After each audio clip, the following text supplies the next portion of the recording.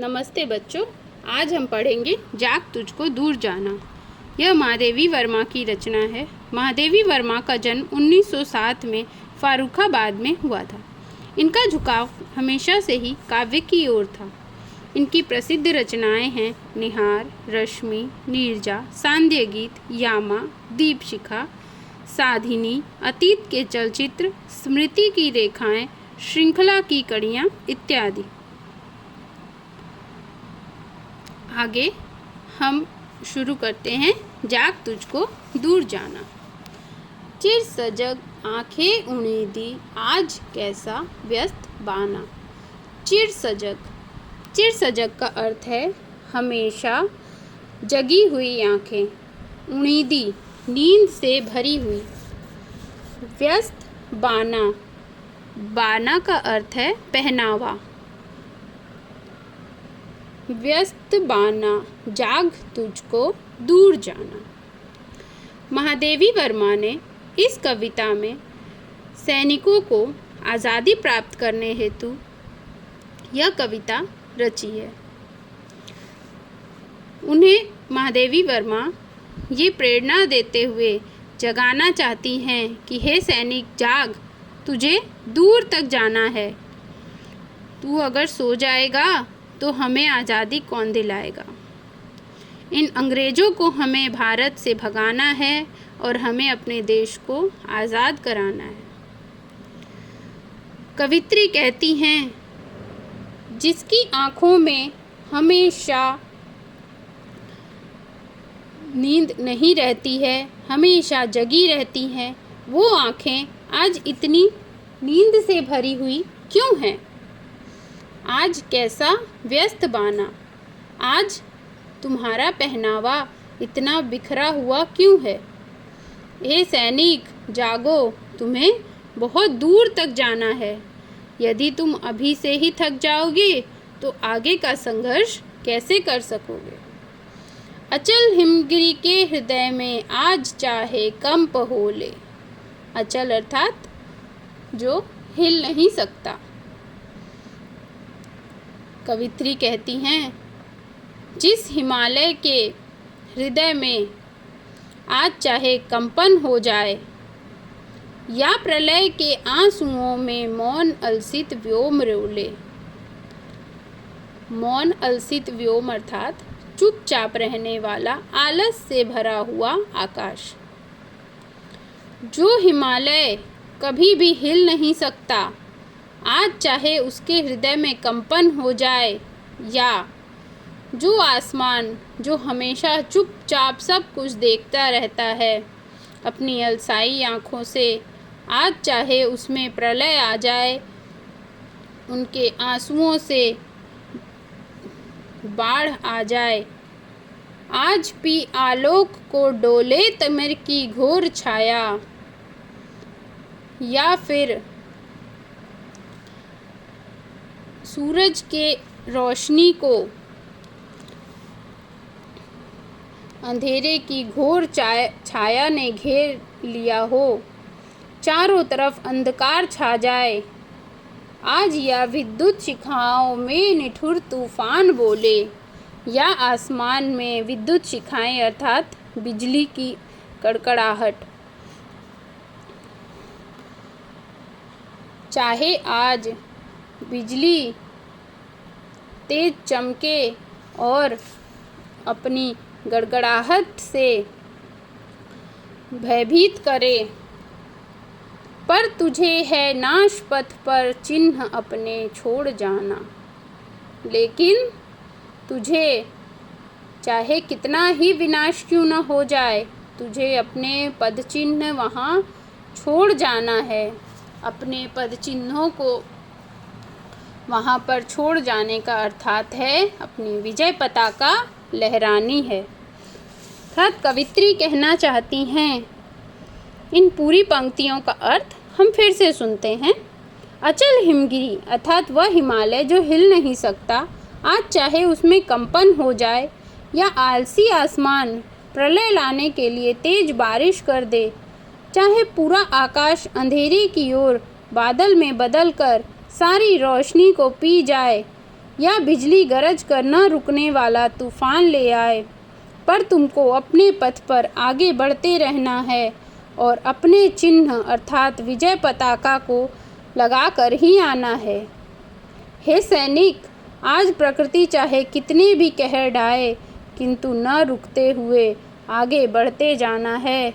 हे सैनिक जाग, तुझे दूर जाना है। बांध लेंगे क्या तुझे यह मोह के बंधन सजीले, पथ की बाधा बनेंगे तितलियों के पर रंगीले। मोम के बंधन सजीले अर्थात मोम जो जल्दी ही पिघल जाता है और बहुत देर तक नहीं रह सकता, और तितलियों के रंगीन पर अर्थात सुंदरता, इस मोह माया के जाल की सुंदरता। विश्व का क्रंदन भुला देगी मधुप की मधुर गुनगुन। विश्व का क्रंदन अर्थात विश्व में जो चारों तरफ त्राही त्राही मची हुई है, लोग रो रहे हैं। मधुप की मधुर गुनगुन अर्थात भंवरे की मीठी गुनगुनाहट। क्या डुबा तुझे देंगे तुझे यह फूल के दल ओस गीले। फूल के दल ओस गीले अर्थात फूलों पर जो ओस की बूंदें गिरती हैं। तू अपनी छाह को अपने लिए कारा बना ले। छाह का अर्थ होता है छाया। आगे हम इसका अर्थ पढ़ते हैं। कारा अर्थात कारागृह, बंदी गृह। आगे इसका अर्थ पढ़ते हैं। मोम के बंधन अर्थात गृहस्थ जीवन।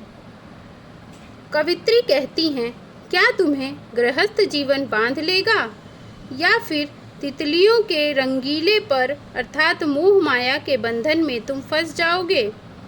हे मानव, इस मोह माया के बंधन को त्याग कर तुम्हें आगे बढ़ना होगा। क्या ये मोह माया का बंधन तुम्हारी बाधा बन जाएंगी।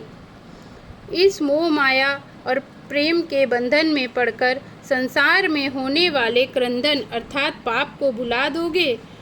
संसार में चारों तरफ जो पाप बढ़ रहा है, उससे पूरी मानव जनता त्राही त्राही कर रही है। क्या तुम यह सब भुलाकर अपने घर में बैठे रहोगे।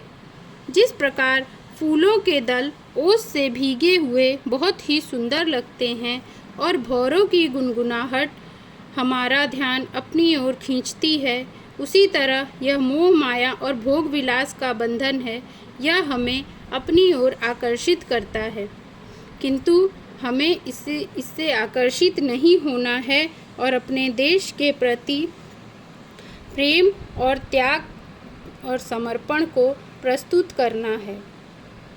जिस प्रकार छाया का कोई अस्तित्व नहीं होता, वह हमारे पीछे चलती है, हमें उसे अपना कारा अर्थात बंधन नहीं बनाना चाहिए। कवित्री हमारे भारतीय सेनानियों को जगाते हुए कहती है कि तुम कभी भी क्षणिक आनंद को कारागार मत बनाना, नहीं तो वह तुम्हें बंदी बना लेगी।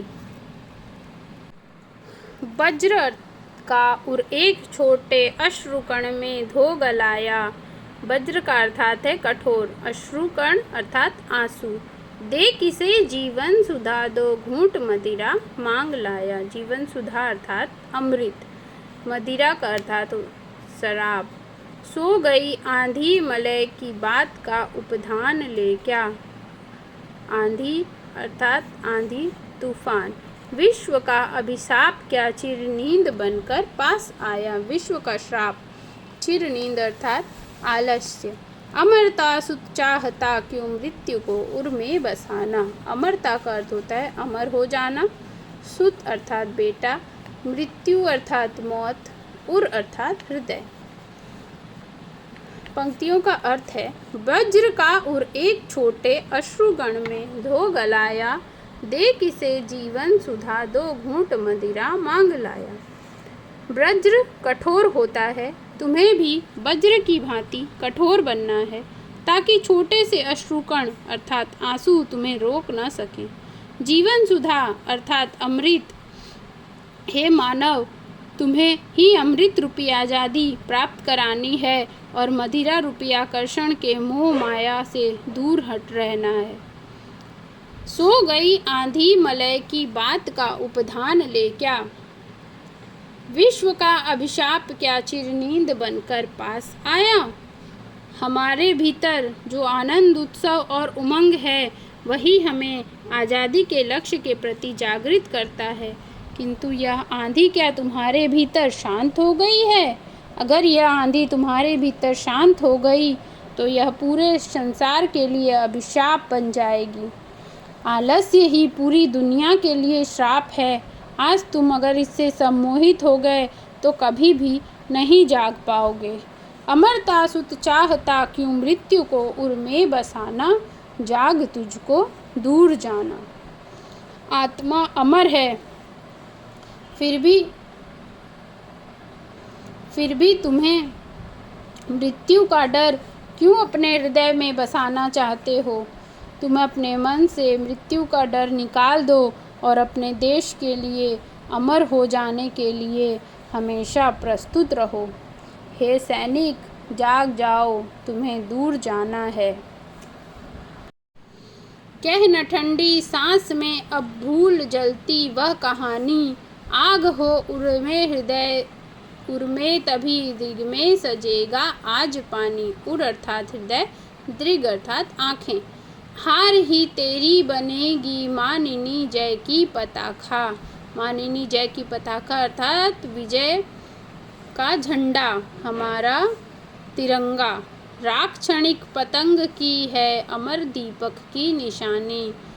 क्षणिक, क्षण भर में, पतंगा अर्थात एक तरह का इंसेक्ट जो कि आग के चारों तरफ घूमता रहता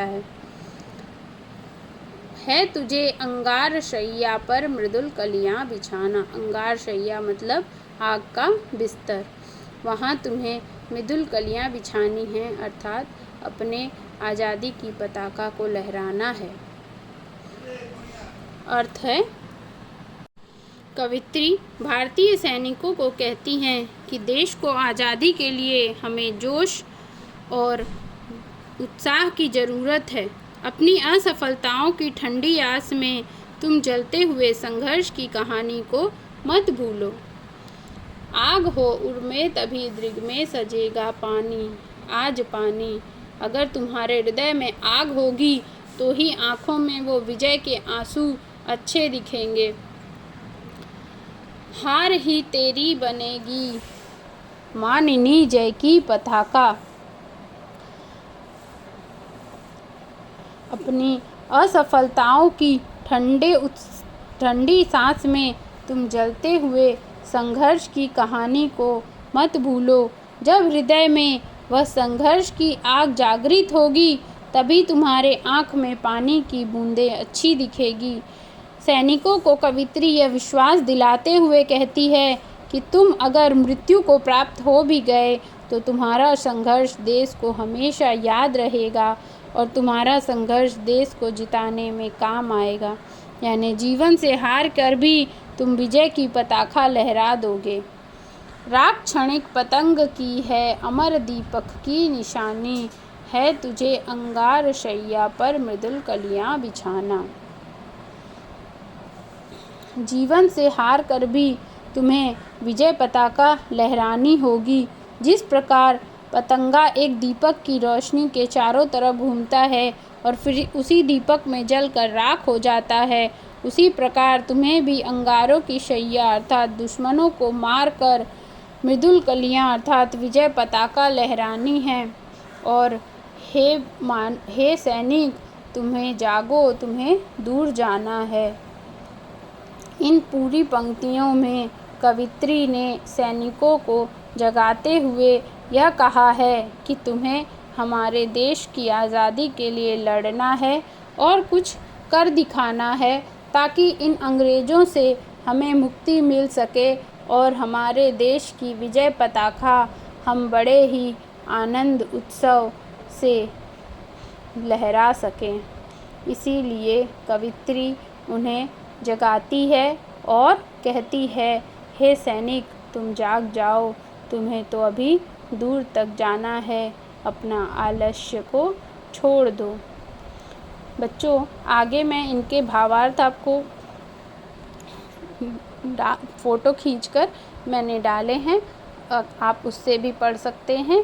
और इस अध्याय से अगर कोई भी प्रश्न आता है तो आप उसे पढ़कर उससे उन प्रश्नों के उत्तर दे सकते हैं।